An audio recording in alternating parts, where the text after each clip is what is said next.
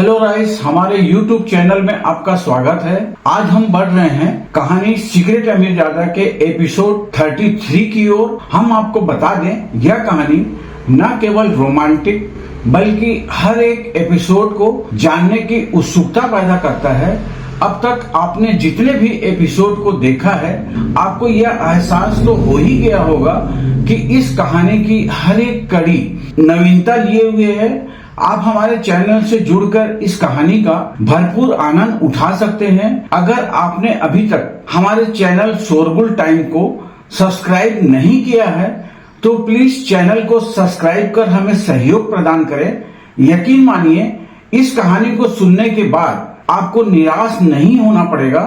तो चलिए अब चलते हैं इस कहानी के नए एपिसोड की ओर। इस एपिसोड की शुरुआत भी कुछ इस तरह से होती है। सनाया ने कहा, इस पौधे को उठाने में मेरी मदद करो। इसके नीचे एक स्पेयर चाबी है।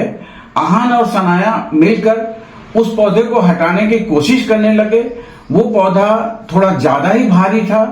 आप रहने दीजिए सनाया, मैं इस प्लान को हटा लूंगा, आहान ने सनाया से कहा। सनाया ने आहान को तुरंत मना कर दिया और बोली, आहान, मैं इतनी भी डेलिकेटेड नहीं हूँ। क्या तुम भूल गए कि हम दोनों एक टीम हैं? सनाया आहान की एक बात नहीं सुनने वाली थी, इसलिए आहान ने भी उससे ज्यादा इंसिस्ट नहीं किया। थोड़ी कोशिश करने के बाद आहान सनाया को डायरेक्शन देने लगा। सनाया, आप इस प्लान को थोड़ा राइट में पुश कीजिए। लेकिन उसे उठाने की कोशिश करते हुए सनाया का बैलेंस बिगड़ गया और वो जाकर आहान पर गिर गई। इसके चक्कर में आहान और सनाया थोड़े ज्यादा नजदीक आ गए, इतने कि दोनों को एक दूसरे की सांसें भी महसूस हो रही थी। लेकिन हमेशा की तरह इस बार सनाया नर्वस नहीं हो रही थी, बल्कि उसने आहान की तरफ देखकर स्माइल देते हुए कहा, आहान, हमारे साथ आजकल ऐसे मोमेंट कुछ ज्यादा ही नहीं हो रहे हैं। आहान ने अपने ऊपर लेटी हुई सनाया की जुल्फों को उसके कान के पीछे करते हुए बोला, हाँ ये तो है। मुझे लगता है कि अब तो आपको इस सब की आदत हो गई होगी। आहान की बात सुनकर सनाया खिलखिलाने लगी।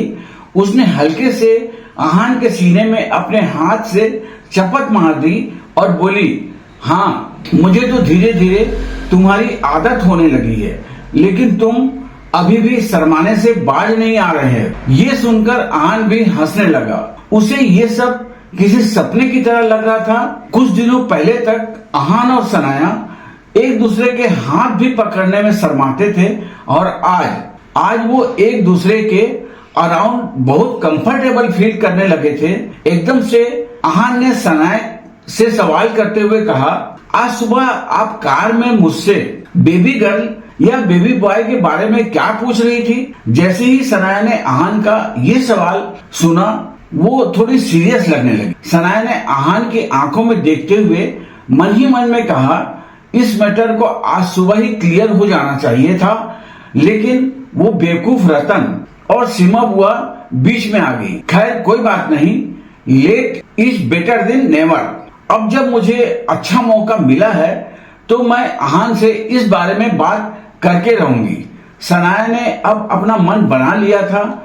उसने फिर आहान की तरफ देखकर उससे कहा, आहान, मैं सोच रही थी क्यों ना हम दोनों, मगर एक बार फिर से सनाया की बात को अधूरा ही रहना था। अचानक से रूपल के घर का दरवाजा खुला और उसने बाहर आकर चिल्लाते हुए कहा, अपना ये शो बंद करो। ये क्या चल रहा है सनाया? आहान, क्या तुम अपने आप को कंट्रोल नहीं कर सकते? वैसे मुझे तो तुमसे कोई ज्यादा उम्मीद भी नहीं थी, बेशर्म कहीं के। आहान को कोसते हुए रूपल उन दोनों के पास गई और सनाया का हाथ पकड़कर उसे खड़े होने में मदद करने लगी। सनाया आहान और रूपल से अपने नजरें चुराने लगी। उसने एकदम से रूपल के बीच में आने की उम्मीद नहीं की थी। और रही बात आहान की, तो जब से उसने रूपल के घर आने के लिए हामी भरी थी, उसने ऐसी बातें सुनने के लिए अपने आप को प्रिपेयर कर लिया था। अपने कपड़े झटकते हुए आहान भी खड़ा हो गया। रूपल ने अजीब सी नजरों से आहान को देखा और अपनी बेस्ट फ्रेंड से सवाल करते हुए बोली, सनाया, ये सब क्या हो रहा है? सनाया ने भी इस तरह जवाब देना शुरू किया मानो उसे अपनी हर हरकत का हिसाब दे रही हो। रूपल, वो मैं इस प्लान के नीचे रखी स्पेयर चाबी ढूंढ रही थी। वो प्लान थोड़ा भारी था तो इसलिए मैंने आहान से हेल्प मांग ली। हम तो बस चाबी ही निकाल रहे थे कि मेरा बैलेंस बिगड़ गया। फिर जो तुमने देखा। सनाया के इतने डिटेल एक्सप्लेनेशन को सुनकर आहान दंग रह गया। उसने अपने सामने खड़ी दोनों लड़कियों की तरफ बारी बारी से देखते हुए मन ही मन में कहा, मुझे ऐसा क्यों लग रहा है कि जिस तरह सनाया रूपल को सब एक्सप्लेन कर रही है, मैं सनाया का पति नहीं कोई दूसरा आदमी हूँ। उफ, इन लड़कियों की दोस्ती मुझे अजीब सी बिहेव देती है। जब रूपल ने सनाया की ये बात सुनी, उसने शक भरी निगाहों से आहान की तरफ देखा और बोली, क्या ऐसा ही है? जब रूपल ने आहान से ये सवाल किया, उसका मुंह बन गया। आहान ने रूपल से नजरें फेरते हुए उससे कहा, मैं भला तुम्हें जवाब क्यों देने लगा? सनाया मेरी वाइफ है। तुम तो मुझसे इस तरह सवाल कर रही हो जैसे सनाया के साथ कोई जबरदस्ती की है। आहान ने अपना जवाब दे दिया, लेकिन सनाया ने उसका हाथ पकड़ते हुए उससे कहा, आहान, बात को मत बिगाड़ो। अपनी वाइफ की ऐसी वार्निंग को सुनकर आहान की आंखें रोल हो गई। उसने फिर रूपल की तरफ देखा और बोला, जी ऐसा ही है। ये सब एक एक्सीडेंट था। मैंने कुछ भी जानबूझकर नहीं किया है। आहान के जवाब को सुनने के बाद रूपल ने कुछ सोचा और उसे अपना फैसला सुनाते हुए बोली, अगले कुछ दिन तुम्हारी वाइफ मेरे साथ ही रहेगी, तो फिर तुम पहले फ्लोर पर ही रहना, समझ गए? ये सुनकर आहान की बोलती बंद हो गई। क्या ये लाइन आहान की कहने की थी? लेकिन सनाया की तरफ देखकर आहान बेमन से हाँ में सर हिला दिया। रूपल के इंस्ट्रक्शन तो खत्म होने का नाम ही नहीं ले रहे थे। रूपल ने आगे आहान से कहा, और हाँ, एक बात अच्छे से याद रखो, मेरे परमिशन लिए बिना तुम सेकंड फ्लोर पर कदम भी नहीं रख सकते। अब आहान का सब्र जवाब दे रहा था। उसने अपने सर पर हाथ रखते हुए कसम खाकर कहा, ठीक है, परेशान होने की कोई जरूरत नहीं है, मैं ऊपर नहीं आऊंगा।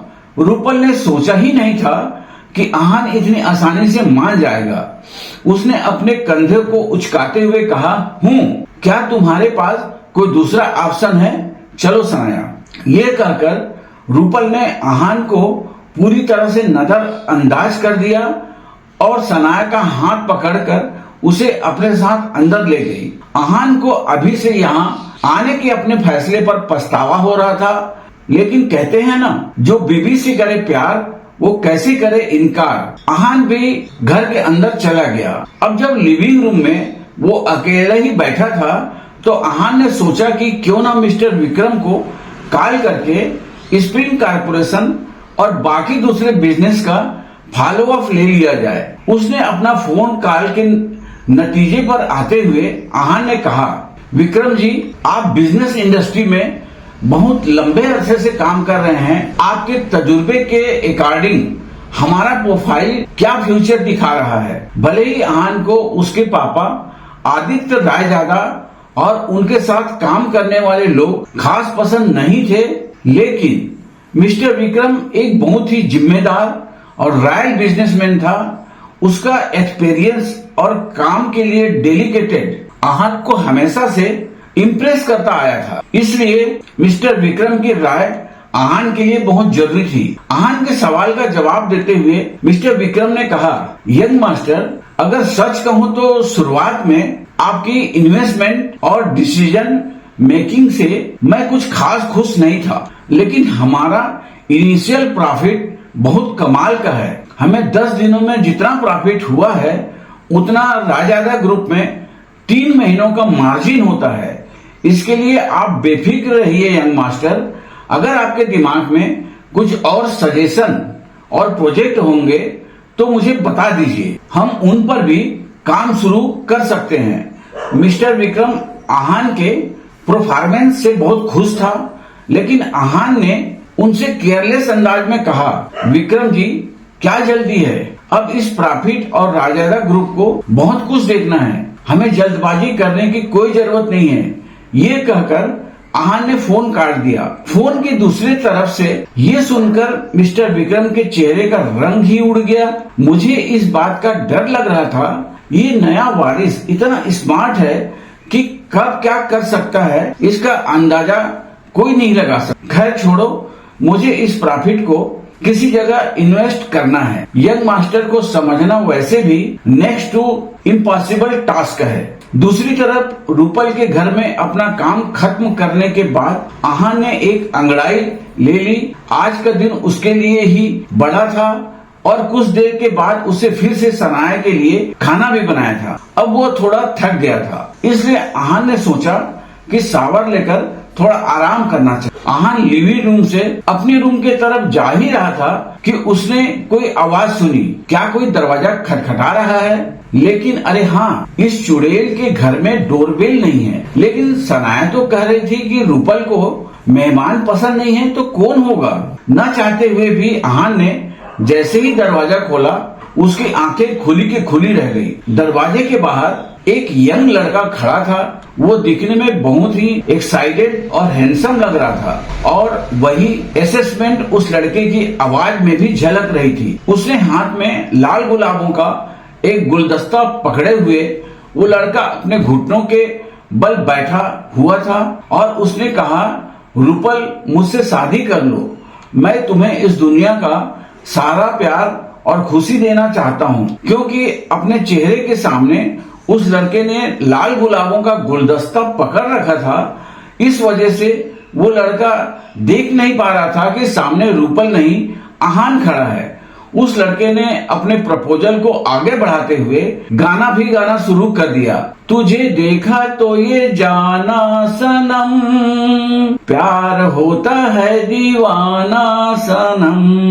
रूपल, मैं जानता हूँ कि ये शाहरुख खान का गाना थोड़ा पुराना है, लेकिन मेरी जान, तुम तो जानती ही हो ना कि प्यार भी पुराना रोग है और इसका मर्ज बस तुम ही हो। एक गाना खत्म करने के बाद उस लड़के ने दूसरा गाना शुरू कर दिया। आहान ने इस लड़के की तरफ देखते हुए मन ही मन में कहा, क्या इस बेचारे को कोई दूसरी लड़की नहीं मिली थी? शायद इस लड़के को पता ही नहीं होगा कि रूपल जहन्नुम की चुड़ैल है। मुझे तो अभी से इस लड़के पर तरस आ रहा है। जाहिर था कि ये लड़का बहुत सीरियस था, वरना किसी लड़की के दरवाजे पर खड़े होकर कोई ऐसा गाना थोड़ी न गाता है। आहान ने फिर बहुत ही हिम्मत करके उस लड़के के गाने को बीच में ही रोकते हुए कहा, मैं रूपल नहीं हूँ भाई, तुम गलत इंसान को प्रपोज कर रहे हो। आहान ने हल्की से खांसी के साथ उस लड़के को रोकने की कोशिश करते हुए कहा। फाइनली उसे इस बात का एहसास हुआ कि कुछ तो गलत हो रहा है। वो जल्दी से अपने पैरों पर सही से खड़ा हो गया और आहान की तरफ देखकर अजीब से एक्सप्रेशन के साथ बोला, तुम कौन हो और यहाँ मेरी रूपल के घर पर क्या कर रहे हो? उस हैंडसम लड़के की आंखों में अब शक की झलक थी। आहान उस लड़के की हालत को अच्छे से समझ सकता था, इसलिए उसने बहुत ईमानदारी से जवाब दिया, मैं रूपल का दोस्त हूँ। जवाब सुनकर वो लड़का गुस्से से चलकर आहान के पास गया और बोला, तुम झूठ बोल रहे हो। पूरे इंडिया में रूपल का ऐसा कोई दोस्त नहीं है जो लड़का हो। मैं सब जानता हूँ। सच सच बताओ, कौन हो तुम? अपना ये सवाल कहते हुए उस हैंडसम लड़के ने गुस्से से हाथ में पकड़ा हुआ लाल गुलाबों का गुलदस्ता जमीन पर फेंक दिया। आहान ने हेल्पलेस होकर एक बार फिर अपनी बात को दोहरा दिया और उसने कहा, मैंने कहा ना, मैं रूपल का दोस्त हूँ। अब उस लड़के की त्योरियां चढ़ गई। उसने आहान से कहा, मुझे तुम्हारी बात पर यकीन नहीं है, झूठे हो तुम। मैं जाकर रूपल से ही पूछ लेता हूँ। अपनी बात कहते हुए वो लड़का अब आहान को हटाकर अंदर जाने की कोशिश करने लगा, तो आहान को पुश करके ही हर मुमकिन कोशिश कर रहा था, लेकिन आहान अपनी जगह से जरा भी नहीं हटा और आहान ने उस लड़के को मना करते हुए कहा, नहीं, तुम अभी अंदर नहीं जा सकते। भले ही ये रूपल का घर था, लेकिन अंदर सनाया नहा रही थी। आहान ऐसे ही किसी को घर के अंदर घुसने नहीं दे सकता था, लेकिन वो हैंडसम लड़का आहान की एक नहीं सुन रहा था। उसने आहान से कहा, तुम हो कौन यार और अपने आप को क्या समझ रहे हो? मैं जब चाहूँ यहाँ आ सकता हूँ। मैं रूपल का फियांस हूँ। क्या यह हैंडसम लड़का सच में रूपल का फियांस था? क्या आहान उसे अंदर जाने देने वाला था? इसी के साथ यह एपिसोड भी समाप्त होता है। कल फिर मिलेंगे कहानी के नए एपिसोड के साथ। आज के लिए बस इतना ही। अब हमें आज्ञा दीजिए। नमस्कार, धन्यवाद।